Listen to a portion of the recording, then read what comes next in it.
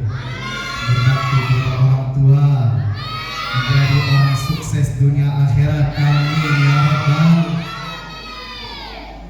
Anak-anak yang semangat, bapak ibu tak semangat nampak amin. Alhamdulillah.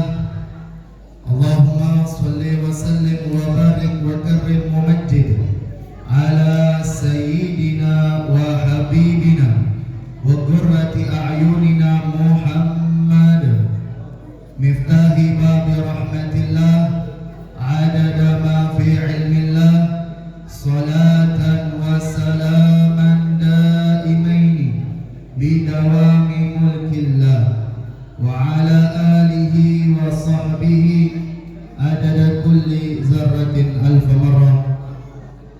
Rabbi shrah li sadri wa yassir li amri wahlul 'uqdatan min lisani yafqahu qawli wa saddid lisani wahdi qalbi bijahi Muhammadin sallallahu alaihi wasallam. Subhanaka la ilma lana illa ma 'allamtana innaka antal alimul hakim. Allahumma inna nas'aluka ilman ladunni wal mashrab as-safa'i wa hab ya ghani. Allahumma inna nas'aluka fahman nabiyyin wa hifdzal mursalin wa ilhama malaikatil muqarrabin. Allahumma aghnina bil ilmi wa zayyina bil hilmi wa akrimna bit taqwa wa jammilna bil afiyah. Allahumma inna nas'aluka hubban nabiyika Muhammadin sallallahu alaihi wasallam wa hubba amalin ila ma yuhibbu wa yarda dzul jalali wal ikram. Amin Allahumma amin ya rabbal alamin. Alhamdulillah, pada malam yang penuh kemuliaan dan keagungan ini, dalam memperingati maulidnya Nabi Muhammad sallallahu alaihi wasallam, semoga duduknya kita bukti kecintaan kepada Nabi Muhammad sallallahu alaihi wasallam, dan semoga apa yang kita dermakan daripada harta kita, Allah Subhanahu wa taala menggantinya dengan sebaik-baik penggantian. Amin ya rabbal alamin. Yang kami hormati dan kami muliakan Ketua Pengurus Masjid Khairul Yakin Bapak Haji Musa dan serta pengurusnya Al-Habib Hanafi Al-Idrus, Al-Habib Anis Al-Gadri, dan guru kita bersama, guru besar di Masjid Khairul Yakin Al-Habib Alwi bin Abdurrahman Al-Gadri. Semoga Allah Subhanahu wa taala memanjangkan umur mereka semua dalam kesehatan dan ketaatan kepada Allah Subhanahu wa taala, dan semoga Allah Subhanahu wa taala menjaga mereka semua daripada segala mara bahaya. Amin ya rabbal alamin. Bapak Ibu yang dimuliakan oleh Allah Subhanahu wa taala, maulidnya Nabi Muhammad sallallahu alaihi wasallam adalah membicarakan tentang kemuliaan daripada Nabi Muhammad sallallahu alaihi wasallam.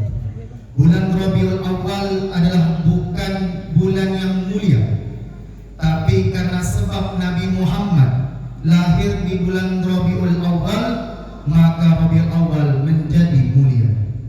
Begitu juga dengan hari Senin. Hari Senin bukanlah bulan yang mulia, tapi karena Nabi Muhammad dilahirkan di hari Senin, makanya hari Senin menjadi mulia gara-gara Nabi Muhammad sallallahu alaihi wasallam.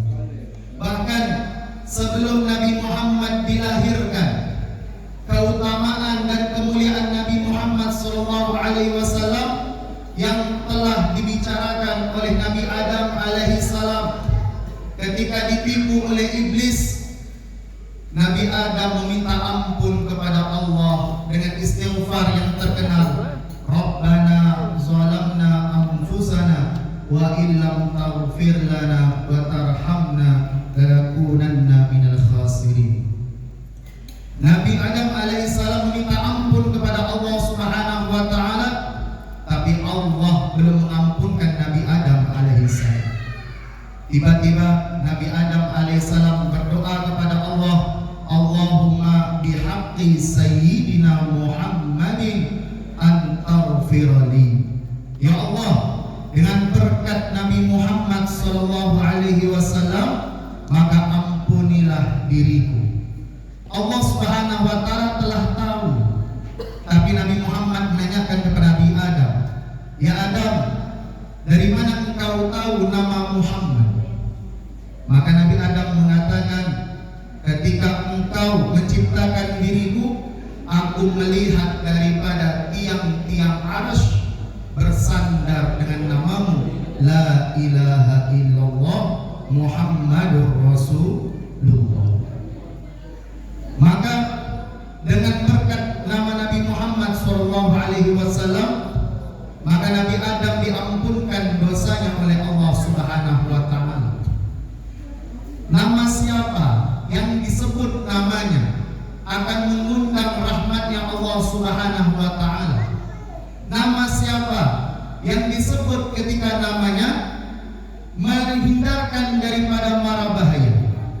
Nama siapa yang jika disebutkan, apabila kita sebutkan namanya, maka Allah Subhanahu wa taala mengijabahkan doa kita, kecuali namanya Nabi Muhammad sallallahu alaihi wasallam. Maka nama Nabi Muhammad sallallahu alaihi wasallam adalah keberkahan dalam kehidupan kita. Maka disebutkan dalam kitab Asy-Syifa, Al-Ghadhi'iyat mengatakan, jika ada seseorang dalam rumahnya ada nama Muhammad, maka Allah Subhanahu wa taala memberikan lapangan rezeki bagi rumahnya. Maka keberkahan daripada nama Nabi Muhammad sallallahu alaihi wasallam. Maka ketika disebutkan nama Nabi Muhammad sallallahu alaihi wasallam, maka ada sumber rahmat daripada Allah Subhanahu wa taala yang diturunkan kepada kita. Maka ada ulama namanya Habib Saleh Tanggul, Habib Saleh Al-Hamid. Beliau mengatakan, majalisul khairi kal asali. Majelis-majelis yang baik adalah seperti madu. Ya. Kita tahu bahwasanya madu itu rasanya lezat dan bisa mengobati. Ya. Maka saya tanya ibu-ibu ini, ibu-ibu pengen dimadu kah atau diracun? Bu, pilih mana bu? Dimadu kah diracun? Pilihan susah Ustaz. Baik, diracun ya Ustaz. Harus pilih lah bu, dimadu kah diracun?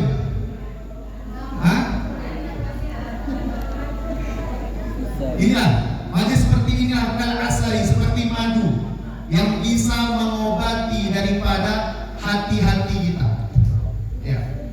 Makanya ulama mengatakan, Al-Habib Ali bin Muhammad Al-Habsyi, dia mengatakan, masyi kamal majma' maulidin Nabi sallallahu alaihi wasallam yujallil qulub. Tidak ada sama perkumpulan yang bisa mengangkat segala musibah-musibah kita, yang bisa mengabulkan segala hajat-hajat kita daripada maulidnya Nabi Muhammad sallallahu alaihi wasallam. Lihat, kita hadir pada majlis yang kebaikan, yang katanya seperti madu. Udah dapat makanan, dapat minuman, ya. Udah dapat hidangan zahir, dapat hidangan batin.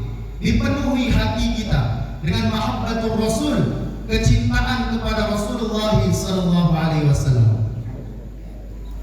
Inilah keberkahan. Makanya heran kalau ada orang masih memilih daripada konser musik, datang bayar, udah itu berdiri lagi, tak dapat makan dan minum. Beda dengan majlisnya Maulid Nabi Muhammad SAW. Datang dengan niat mahabbatul Rasul, niat dengan kecintaan kepada Rasulullah SAW, dan kita mengharapkan syafaatnya Nabi Muhammad SAW. Sesungguhnya perayaan Maulid Nabi Muhammad SAW ini yang pertama kali yang merayakan tentang Maulid Ketika Nabi Muhammad ditanyakan, kenapa engkau berpuasa di hari Senin? Maka Rasulullah mengatakan, zaka wulidtu, hari inilah aku dilahirkan. Nabi Muhammad mengerti, memahami bagaimana merayakan maulidnya Nabi Muhammad SAW. Maka bergembiralah tentang maulidnya Nabi Muhammad SAW, karena diceritakan bahwasanya iblis itu tidak pernah menangis sejadi-jadinya kecuali dalam 3 waktu. Iblis yang pertama, iblis menangis ketika dicampakkan oleh Allah Subhanahu wa taala, dilaknat oleh Allah Subhanahu wa taala. Iblis menangis sejadi-jadinya. Meraung-raung iblis menangis karena dilaknat oleh Allah Subhanahu wa taala. Waktu yang kedua, iblis menangis sejadi-jadinya ketika turunnya surah Al-Fatihah. Ketika surah Al-Fatihah turun, maka iblis menangis sejadi-jadinya. Karena kata Nabi Muhammad SAW, tidaklah seseorang berdoa kepada Allah Subhanahu wa taala diakhiri dengan Al-Fatihah kecuali Allah kabulkan segala hajatnya. Maka Al-Fatihah itu diletakkan oleh Allah di depan pertama kali surat pada Al-Quran. Bukan berarti itu menandakan Al-Fatihah itu pertama kali turun, tidak. Tapi Al-Fatihah itu menunjukkan pembukaan dan semua rahasia-rahasia Al-Quran itu berada dalam surah Al-Fatihah. Kemudian yang ketiga yang membuat iblis menangis sejadi-jadinya ketika lahirnya Nabi Muhammad SAW. Ketika Nabi Muhammad dilahirkan, bercahayalah kota dan seluruh alam ini daripada cahayanya Nabi Muhammad SAW. Iblis meraung nangis kesakitan, meraung kesedihan karena lahirnya rahmat daripada Allah Subhanahu wa taala. Wa ma arsalnaka illa rahmatan lil alamin. Tidaklah kami mengutusmu wahai Nabi Muhammad adalah sebagai rahmat daripada Allah Subhanahu wa taala. Maka begitu juga orang-orang yang benci, tidak suka dengan perayaannya Maulid Nabi Muhammad SAW, itu sama dengan iblis. Ya. Ini tidak suka, sikit-sikit mengkafirkan, sikit-sikit membid'ahkan. Ini dia. Berarti sama sifatnya dengan iblis yang tak suka dengan kelahirannya Nabi Muhammad SAW. Ketika Abu Lahab diberitakan oleh budaknya Suwaibah, memberitakan kepada Nabi, kepada Abu Lahab, ya Abu Lahab, keponakanmu telah lahir. Begitu Abu Lahab mendengar kelahiran anak laki-laki, maka Abu Lahab pun memerdekakan budaknya bernama Suwaibah. Sehingga dalam suatu riwayat bahwasanya Abdullah bin Abbas atau Abbas bin Abdul Muttalib bermimpi Abu Lahab, menanyakan tentang keadaannya. Apa yang telah Allah perbuat engkau wahai Abu Lahab di dalam nerakanya Allah Subhanahu wa taala? Maka Abu Lahab mengatakan, setiap hari Senin Allah Subhanahu wa taala meringankan azabku karena aku bergembira dengan kelahiran keponakanku yaitu Nabi Muhammad sallallahu alaihi wasallam. Jadi orang-orang yang kafir saja dia bergembira dengan kelahiran Nabi Muhammad sallallahu alaihi wasallam, mendapatkan keberkahan, mendapatkan keringanan dalam nerakanya. Bagaimana dengan orang mukmin yang bergembira dengan kelahiran Nabi Muhammad sallallahu alaihi wasallam? Bahkan diceritakan daripada pamannya Nabi Muhammad sallallahu alaihi wasallam yang bernama Abbas bin Abi Thalib, bin Abbas Abdul Muttalib, yang minta izin kepada Nabi sallallahu alaihi wasallam, ya Rasulullah, idzan li amtadihak, ya Rasulullah, izinkan aku untuk memuji. Maka Rasulullah mengatakan, "Qul lan yafadillahi fa." Katakanlah, kata Rasulullah sallallahu alaihi wasallam, semoga Allah diriwayatkan oleh para ulama, saking tuanya Abdul Abbas ini, satu gigi pun tidak ada yang copot daripada giginya Abbas bin Abdul Muttalib. Padahal umurnya sudah 80 tahun, Allah jaga mulutnya karena memuji daripada Nabi Muhammad sallallahu alaihi wasallam. Beda dengan kita, umur 70 tahun hilang satu gigi, umur 60 tahun hilang giginya dua. Tapi orang-orang yang memuji Nabi Muhammad sallallahu alaihi wasallam, maka dijaga mulutnya oleh Allah Subhanahu wa taala daripada kerusakan dan musibah daripada mulutnya.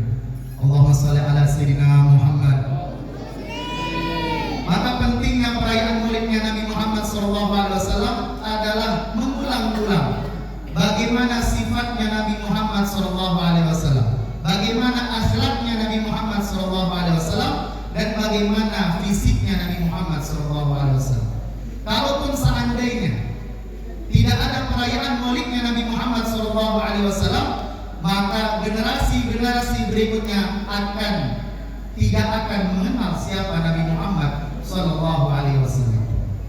Lihatlah bagaimana anak kecil yang datang ini, walaupun niatnya bukan acara maulid, niatnya pengen kumpul sama teman-temannya, niatnya pengen makan-makan, tapi duduknya mereka ini adalah suatu tanda akan rasa timbul cinta kepada Nabi Muhammad SAW.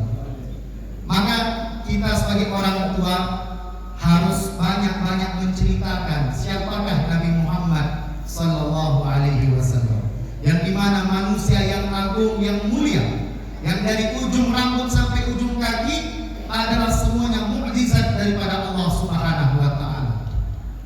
Dari ujung kaki Nabi Muhammad sampai ujung kepala Nabi Muhammad adalah suatu kemuliaan.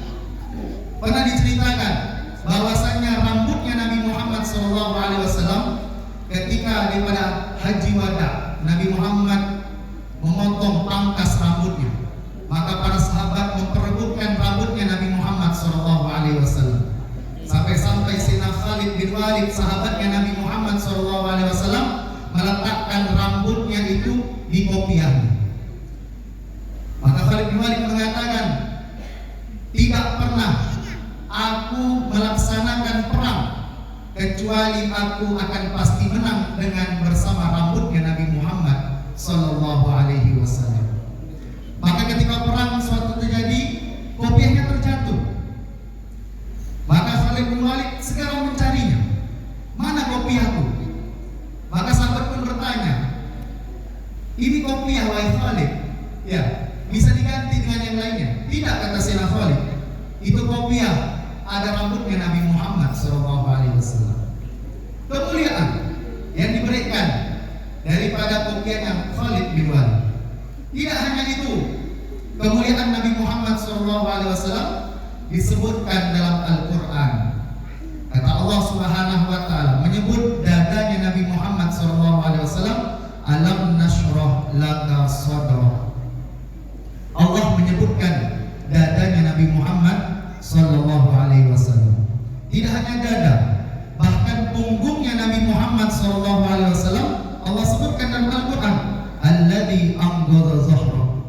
Allah sebutkan pundaknya Nabi Muhammad SAW. Tidak hanya pundak, bahkan matanya Nabi Muhammad SAW Allah sebutkan, wala tamuddanna 'ainaika. Tidak hanya mata, Allah sebutkan dalam Al-Quran, bahkan wajahnya Nabi Muhammad Allah sebutkan dalam Al-Quran, fawalli wajhaka ila syatral masjidil haram. Tidaklah wajah, Allah sebutkan daripada suaranya Nabi Muhammad SAW, la tarfa'u aswatakum fawqa sautin nabi. Tidak hanya suara, Allah menyebutkan bajunya Nabi Muhammad SAW, wasiyabaka fatahhir. Maka mulialah bagi orang yang memuliakan Nabi Muhammad SAW. Nabi Muhammad adalah seorang yang mulia, yang kita yang bukan mulia ini menjadi mulia karena menyebutkan nama Nabi Muhammad SAW. Makanya dalam Al-Quran Allah sebutkan, innallaha wa malaikatahu yusholluna 'alan nabi ya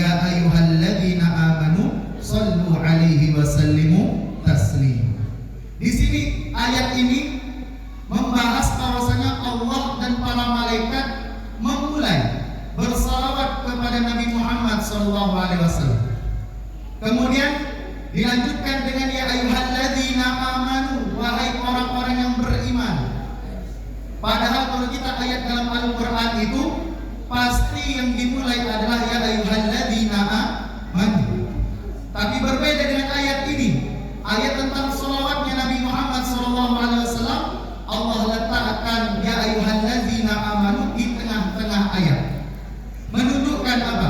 Menunjukkan bahwasanya orang-orang yang beriman kepada Allah Subhanahu wa taala tidak akan sempurna keimanannya dengan kecuali bersalawat kepada Nabi Muhammad sallallahu alaihi wasallam. Beriman kepada Allah ada suatu kewajiban tapi kurang sempurna.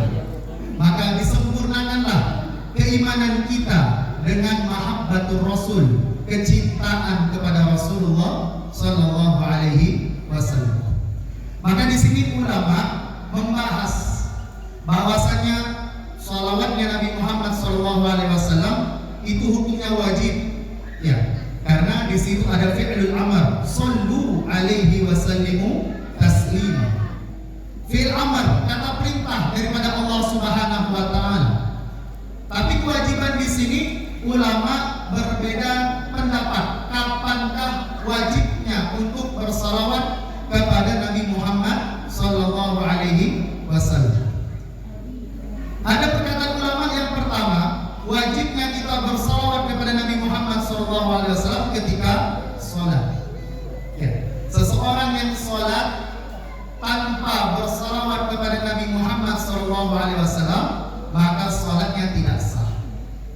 Baik sholat wajib maupun sholat sunnah, tidak bersalawat kepada Nabi Muhammad sallallahu alaihi wasallam, maka sholatnya dianggap tidak sah. Ya. Maka ketika kita mengucapkan salawatnya Nabi Muhammad sallallahu alaihi wasallam, maka hukumnya wajib ketika dalam keadaan sholat kita. Ya. Yang paling afdal ialah salawat Ibrahimiyah. Allahumma shalli ala sayyidina Muhammad wa ala ali sayyidina Muhammad kama shallaita ala sayyidina Ibrahim wa ala ali sayyidina Ibrahim wa barik ala sayyidina Muhammad wa ala ali sayyidina Muhammad kama barakta ala sayyidina Ibrahim wa ala ali sayyidina Ibrahim fil alamin innaka Hamidum Majid. Apal kena? Apal? Apalah? Apal? Coba lo. Coba. Yang tahiyat, salawat.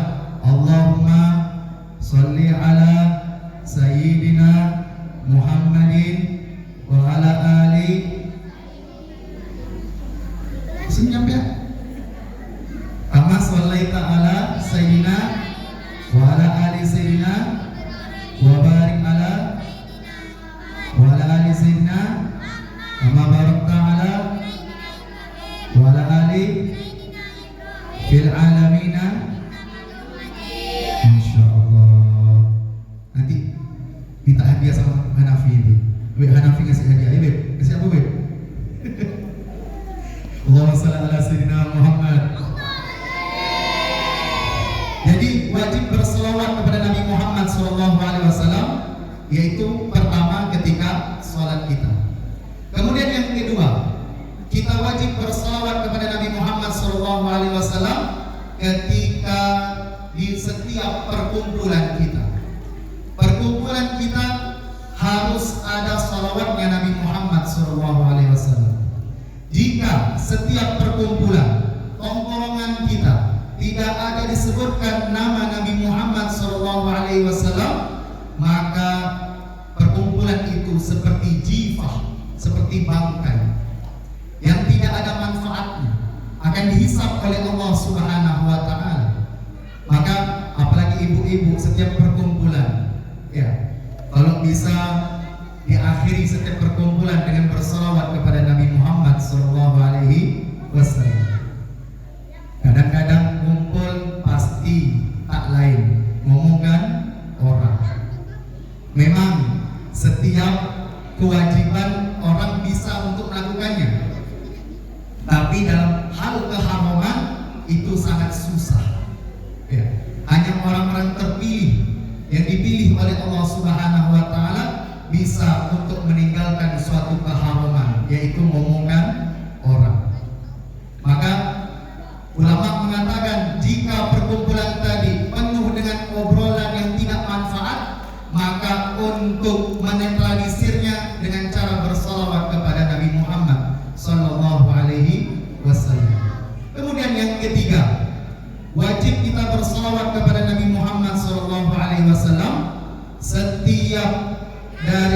pada disebutkan namanya Nabi Muhammad sallallahu alaihi wasallam.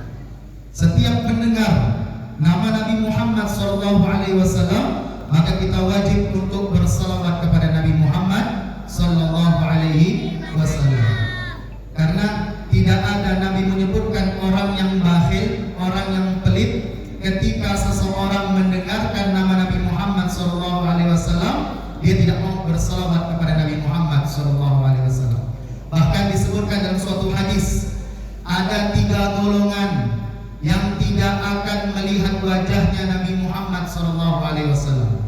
Padahal di surga yang paling indah adalah sosoknya Nabi Muhammad sallallahu alaihi wasallam.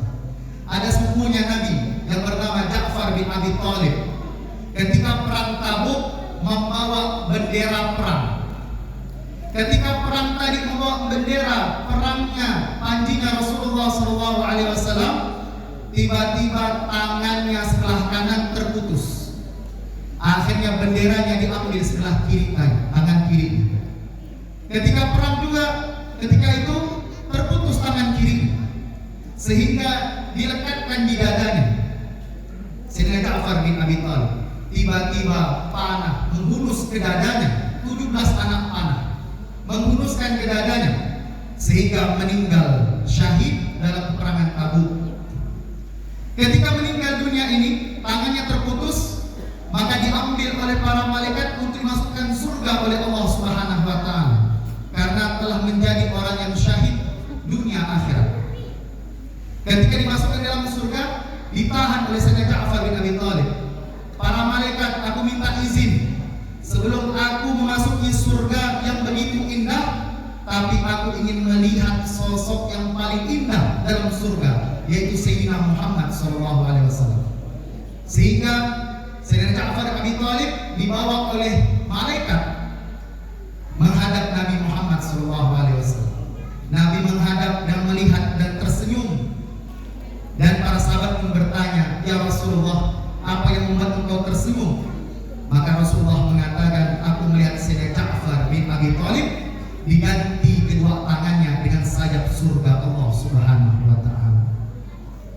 Nah, ketika dalam surga itu yang paling luar biasanya adalah sosoknya Nabi Muhammad SAW.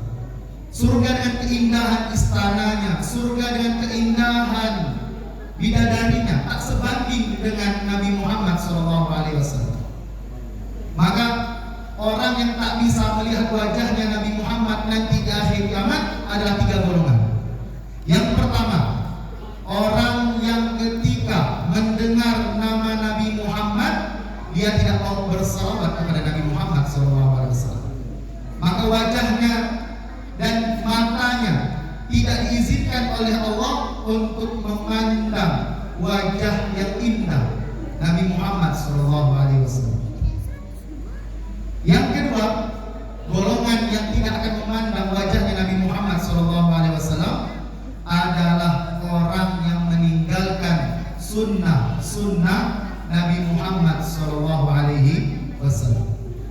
Sunnah apa saja yang belum pernah dilakukan olehnya. Makanya setiap sunnah itu jangan pernah mengatakan dan meremehkan, "Ah, ini hanya sunnah biasa." Jangan.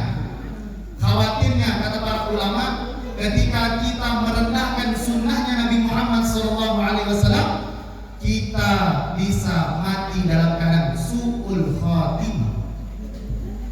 Maka ulama itu mengatakan su'ul adab, buruknya adab kita kepada Nabi Muhammad SAW menghantarkan kita pada su'ul i'tiqad, maka buruknya dalam berkeyakinan.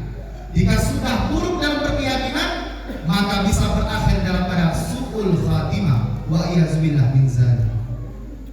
Kemudian yang ketiga, golongan yang tidak akan memandang wajahnya Nabi Muhammad SAW adalah anak-anak yang tidak berbakti kepada kedua orang tuanya. Ini 3 golongan yang tak akan pernah memandang wajahnya Nabi Muhammad SAW. Allahumma sholli ala sayyidina Muhammad. Maka diceritakan dalam kitab Qaulul Badi', Al-Imam As-Sakhawi beliau menceritakan menceritakan bahwasanya ada seorang pemuda yang jauh daripada Allah Subhanahu wa taala, yang lalai kepada Allah Subhanahu wa taala hingga akhir hayatnya meninggal. Maka pemuda ini datang daripada mimpinya orang-orang soleh. Orang soleh memandang daripada pemuda ini, menanyakan perihalnya, apa yang telah Allah lakukan kepadamu dalam kuburan. Maka pemuda ini yang orang yang jauh daripada Allah Subhanahu wa taala, dia mengatakan, Allah Subhanahu wa taala telah memuliakan diriku daripada kuburanku menjadi taman-taman surga Allah Subhanahu wa taala.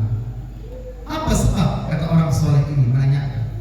Karena kata pemuda ini mengatakan, karena diriku pernah bersolawat kepada Nabi Muhammad SAW, sehingga orang-orang ikut bersalawat kepada Nabi Muhammad SAW, sehingga aku dimuliakan oleh Allah Subhanahu wa taala, kuburanku menjadi taman-taman surga Allah Subhanahu wa taala. Amin ya rabbal alamin. Semoga kita dimuliakan oleh Allah, kuburan kita daripada taman-taman surga. Amin amin ya rabbal alamin. Bapak Ibu yang dimuliakan oleh Allah Subhanahu wa taala, dan tidak diragukan lagi hadirnya kita pada majelis maulid Nabi Muhammad SAW membuat hatinya Nabi Muhammad sangatlah berbahagia. Tapi ada perihal yang membuat hatinya Nabi Muhammad SAW lebih gembira lagi, yaitu ketika kita melaksanakan syariatnya Nabi Muhammad SAW. Maka itu lebih menggembirakan hatinya Nabi Muhammad SAW. Jangan lupa hadirnya kita majelis maulid ini, jangan sampai besok subuh sholat berjamaah kita terlambat. Karena sholat subuh berjamaah lah yang sangat dibanggakan oleh Nabi Muhammad SAW. Begitu juga sholat subuh berjamaah dan hadir majelis fikih Habib Alwi bin Abdurrahman Al-Ghazali. Ya, karena disebutkan dalam kitab Masail Ibad, orang-orang yang lari daripada ulama, orang-orang yang lari daripada ustaz, maka Allah Subhanahu wa taala menimpakan dia 3 musibah. Ingat nih, 3 musibah. Musibah yang pertama, Allah berikan pemimpin yang zalim. Maka jangan kita banyak mengejek-ngejek pemimpin kita. Seharusnya kita banyak introspeksi diri kita. Kita ini jauh daripada ulama, menjauh daripada majlis ilmu. Bayangkan Nabi Muhammad SAW di masa hidupnya menemukan 2 majlis. Satu majlis orang berkumpul berzikir kepada Allah Subhanahu wa taala, yang satu majlis perkumpulan membahas fikih. Maka Nabi Muhammad melihat di 2 majlis ini, Nabi Muhammad menghampiri majlis fikih. Majlis fikih. Kenapa? Kata Rasulullah mengatakan, innama bu'istu mu'alliman. Aku diutus oleh Allah sebagai pengajar. Maka orang-orang yang lari daripada ulama, lari daripada majlis ilmu, maka tidak ada kebaikan untuknya. Kata Imam Syafi'i rahimahullah ta'ala, ya, barang siapa yang lari pada ilmu, la khaira lahu, tidak ada kebaikan untuk dia. Akhirnya Allah Subhanahu wa taala memberikan musibah dipimpin oleh pemimpin zalim. Itu yang pertama. Yang kedua, orang yang jauh daripada ulama, lari daripada majelis ilmu, maka Allah Subhanahu wa taala mencabut keberkahan hidupnya. Umurnya panjang, tapi umurnya tidak dimanfaatkan.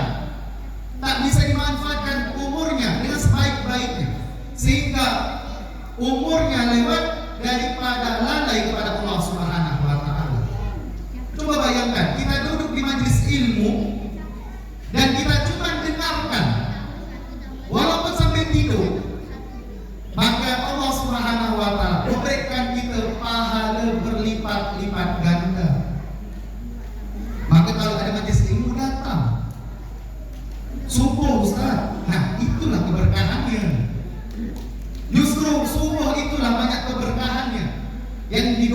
oleh Nabi SAW, Allahumma barik ummati fi bukuriha, ya Allah berkahi umatku di pagi hari. Makanya orang yang sholat subuh berjamaah, kemudian dia berzikir kepada Allah, kemudian dia mendengarkan majlis ilmu, maka Allah berikan keberkahan umurnya. Walaupun belum pernah melakukan amal yang terbaik, tapi Allah Subhanahu wa Ta'ala mengganjarkan berlipat-lipat ganda pahala amal ibadah kepada Allah Subhanahu wa Ta'ala. Makanya Rasulullah mengatakan, man yuridillahi khairan yufaqihu fid din. Orang yang diinginkan oleh Allah dalam hal kebaikan, pasti Allah pahamkan dalam ilmu agama oleh Allah Subhanahu wa Ta'ala. Jadi ketika orang lari kepada majlis ilmu, maka Allah cabut keberkahan umurnya. Yang ketiga, musibah bagi orang yang lari daripada majlis ilmunya, yaitu adalah mati dalam keadaan su'ul khatimah. Wa iyazbillah min zalik. Orang yang lari pada majlis ilmu, ya, habis sholat subuh langsung lari, tak mau ikut majlis taklim, hati-hati, susah. Sekaratul mautnya susah, pasti akan susah menyebutkan kalimat la ilaha illallah. Ya. Maka hadirlah majlis ilmu, ya, karena itulah membuat hatinya Nabi Muhammad SAW bergembira dengan kehadiran kita. Ya. Maka kemudian yang kedua yang membuat hatinya Nabi Muhammad SAW bergembira dengan kita adalah ketika kita sebagai seorang istri mentaati suaminya. Bu, oh bu, senyap ya bu. Ada suara enggak bu? Lapar ibu nih. Halo bu, pengen masuk surga enggak bu? Nah, maka taatlah kepada suami. Maka Rasulullah mengatakan 4 ciri-ciri wanita soleha. Yang pertama, sholat khamsaha. Apabila perempuan sholat 5 waktu, termasuk wanita soleha. Yang kedua, wasomat syahraha, berpuasa di bulan Ramadan. Yang ketiga, waqa'at zaujaha, taat kepada suami. Tahu tak suami? Diriwayatkan oleh para ulama, jika seorang istri bermuka masam di depan suaminya, maka itulah ciri-ciri dan muka terakhir ketika meninggalnya. Muka masam lagi depan suami. Jadi banyaklah bermuka manis di depan suami. Jangan bikin beban suaminya bu.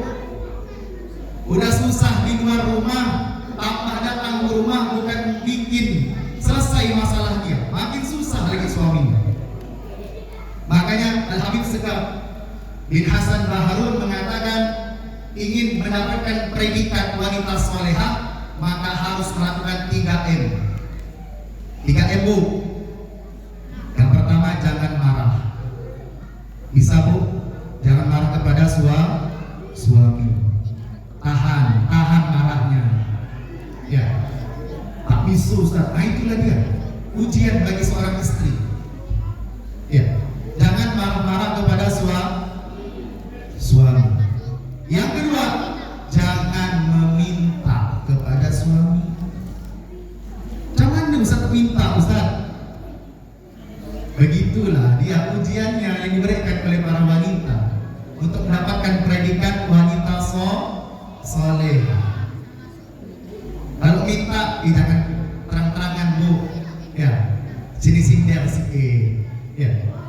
Pak, Bang, tengok agak gitu tuh bang, motor PCX baru, kapan kita ganti motor nih?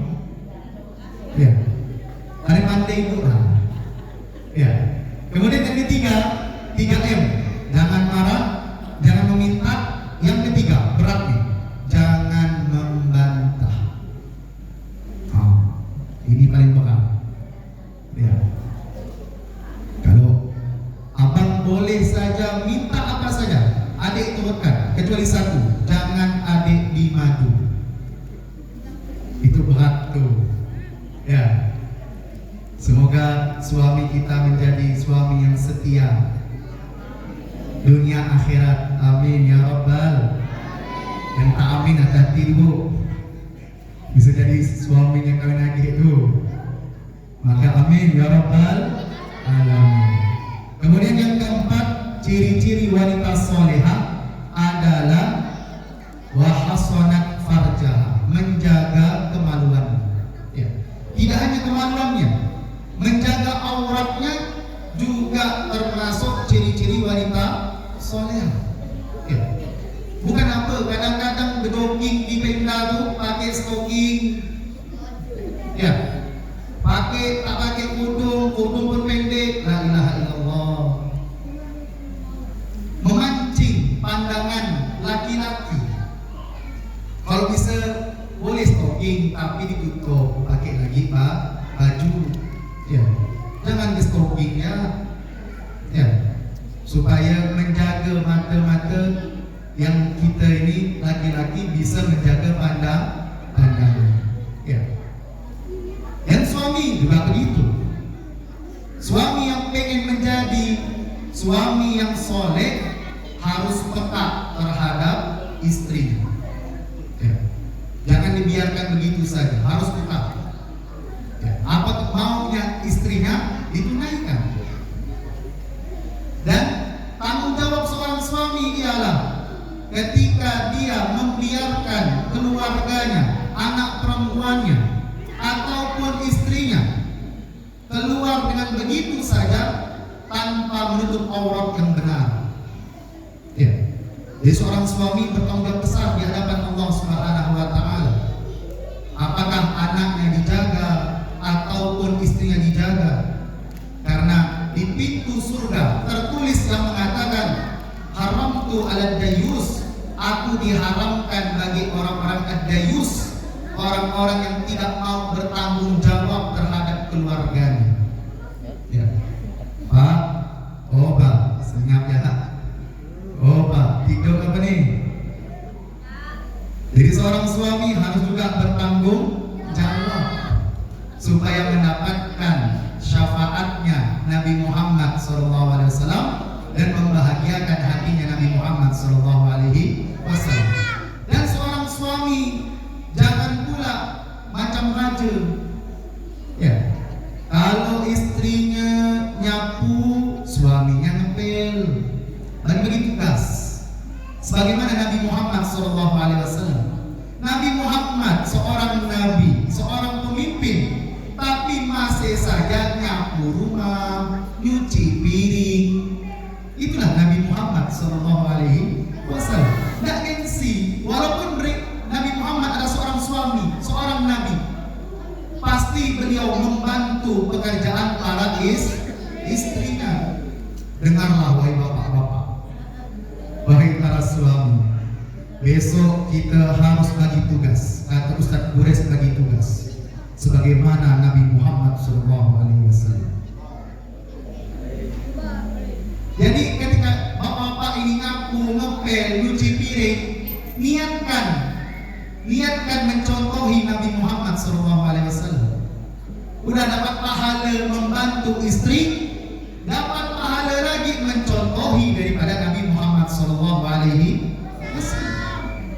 Ya, begitulah orang-orang yang cinta kepada Nabi Muhammad SAW pasti setiap daripada kesehariannya mencontohi dan meniati tasyabbuh, menyerupai daripada Nabi Muhammad SAW.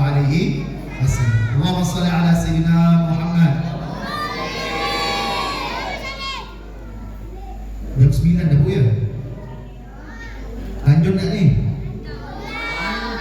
Hah? Lanjut tak?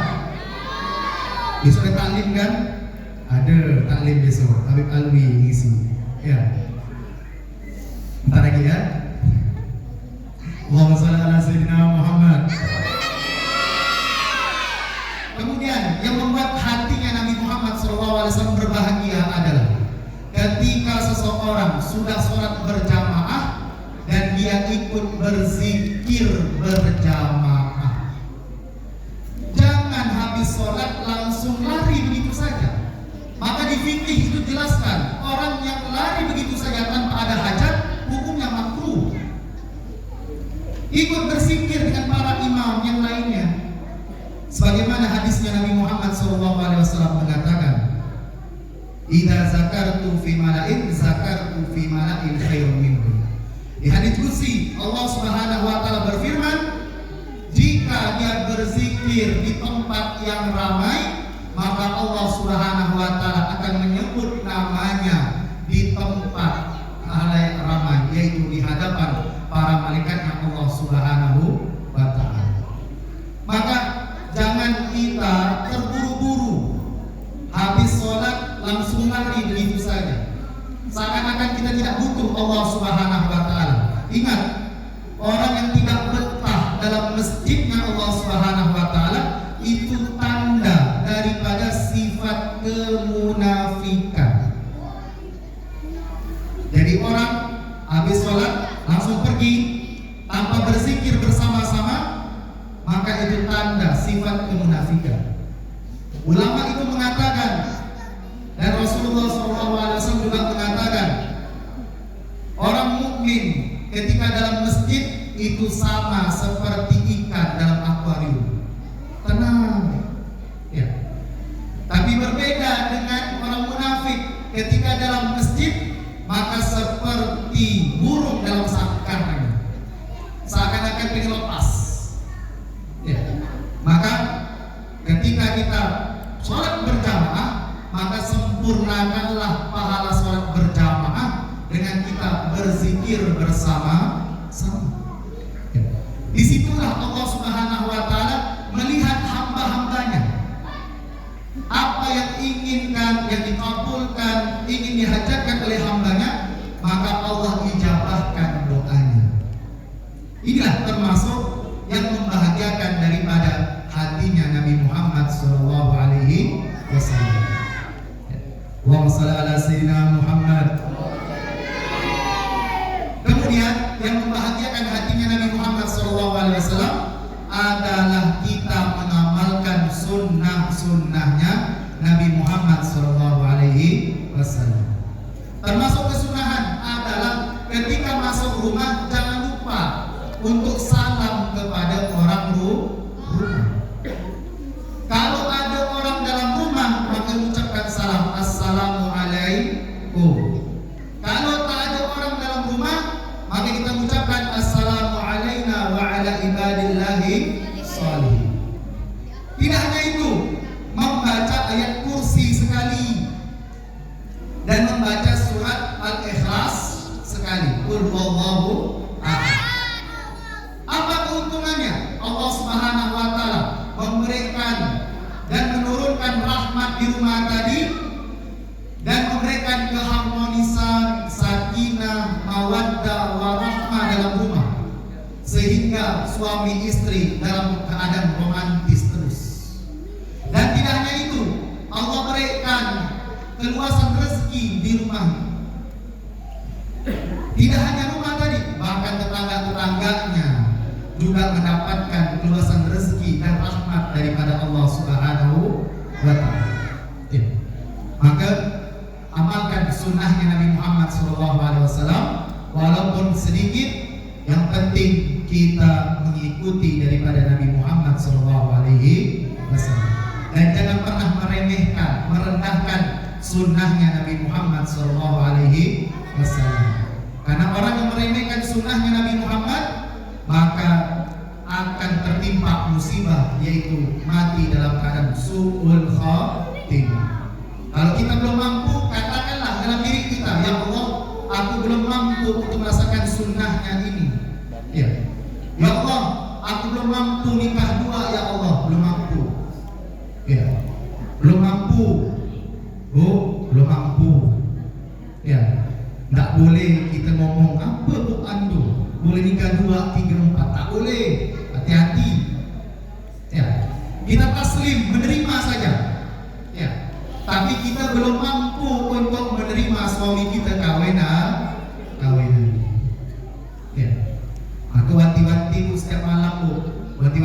sama suaminya. Bang, awas mau kawin lagi ya bang. Ya, itu memang sunnah. Tapi kesunahannya bagi orang yang mampu. Ya.